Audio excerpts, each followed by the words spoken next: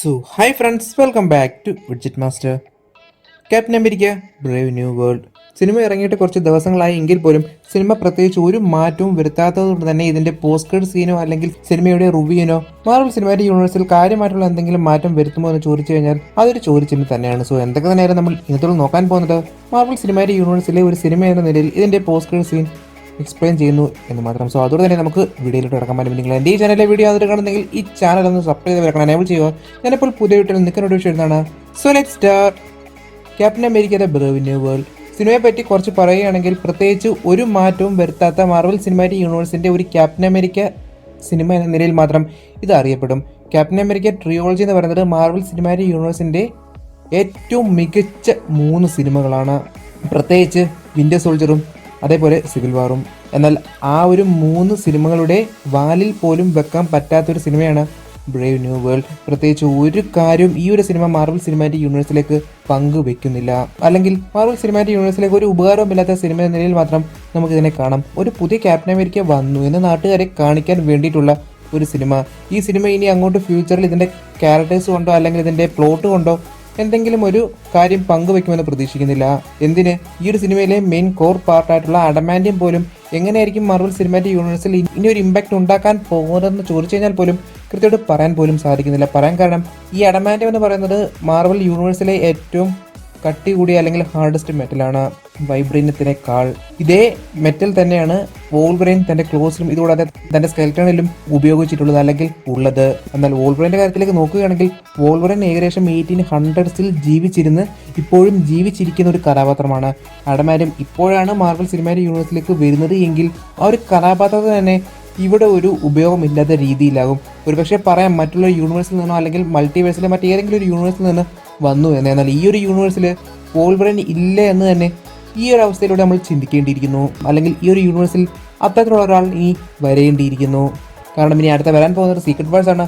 അതുകൊണ്ട് തന്നെ ഒരു കംപ്ലീറ്റ് റീബൂട്ടാണ് മാർവൽ സിനിമാറ്റിക് യൂണിവേഴ്സിൽ നടക്കാൻ പോകുന്നത്. അതുകൊണ്ട് തന്നെ നമ്മുടെ ഇപ്പോഴത്തെ നമ്മൾ സ്ഥിരമായിട്ട് കണ്ടുകൊണ്ടിരിക്കുന്ന മാർവൽ സിനിമാറ്റിക് യൂണിവേഴ്സിൽ ഇതിന് ഒരു റോളും ഇല്ല എന്ന് തന്നെ പറയേണ്ടിയിരിക്കുന്നു.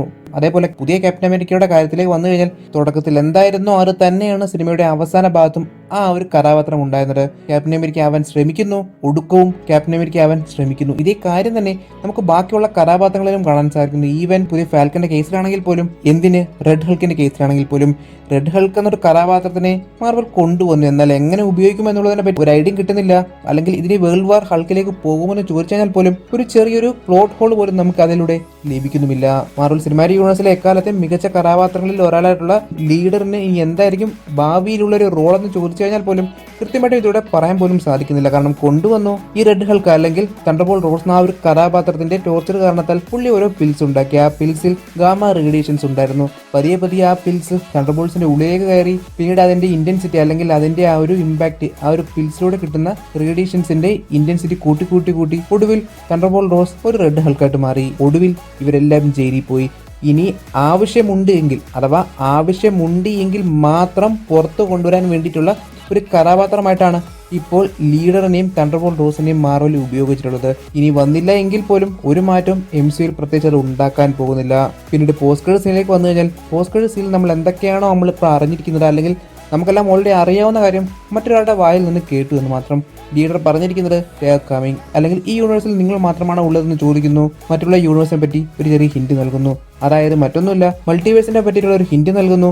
അല്ലെങ്കിൽ ഡൂം വരാൻ പോകുന്നു, സീക്രട്ട് വാഴ്സ് നടക്കാൻ പോകുന്നു, ബാറ്റിൽ വേടൊക്കെ സംഭവിക്കാൻ പോകുന്നു. ഇതിന്റെ എല്ലാത്തിൻ്റെ ഒരു ഹിന്റ് പുള്ളി നൽകുന്നു. പുള്ളിക്ക് എങ്ങനെ ഇത് അറിഞ്ഞു അല്ലെങ്കിൽ പുള്ളി അത് എങ്ങനെ മനസ്സിലാക്കിയെന്ന് ചോദിച്ചു കഴിഞ്ഞാൽ, കാരണം ഹൾക്കിന്റെ ബ്ലഡ് അല്ലെങ്കിൽ ബ്രൂസ് ബാനറിന്റെ ബ്ലഡ് ലീഡറിന്റെ ആ ഒരു ശരീരത്തിൽ വന്നതിന് ശേഷം പുള്ളിക്കാരന്റെ ബ്രെയിൻ കുറെ കൂടി ഡെവലപ്ഡായി, അഥവാ കുറെ നല്ല രീതിയിൽ ഡെവലപ്ഡായി നല്ല രീതിയിലുള്ള ഒരു എക്സ്ട്രാ ഓർഡിനറി സയന്റിസ്റ്റ് ആയിട്ട് മാറി. അഥവാ ഈ ഒരു പ്രോബബിലിറ്റി അല്ലെങ്കിൽ ആ ഒരു പോസിബിലിറ്റി എല്ലാം നമുക്ക് വെറും ഒരു കണക്ക് മാത്രമാണ്. എന്നാൽ പുള്ളി കറക്റ്റായിട്ടും അതിന്റെ ഉള്ളിലൂടെ കടന്നുപോയി എക്സാക്റ്റ് ആയിട്ടും ഫ്യൂച്ചർ കാണാൻ പറ്റുന്ന ഒരു രീതിയിലേക്ക് തലച്ചോറ് മാറി.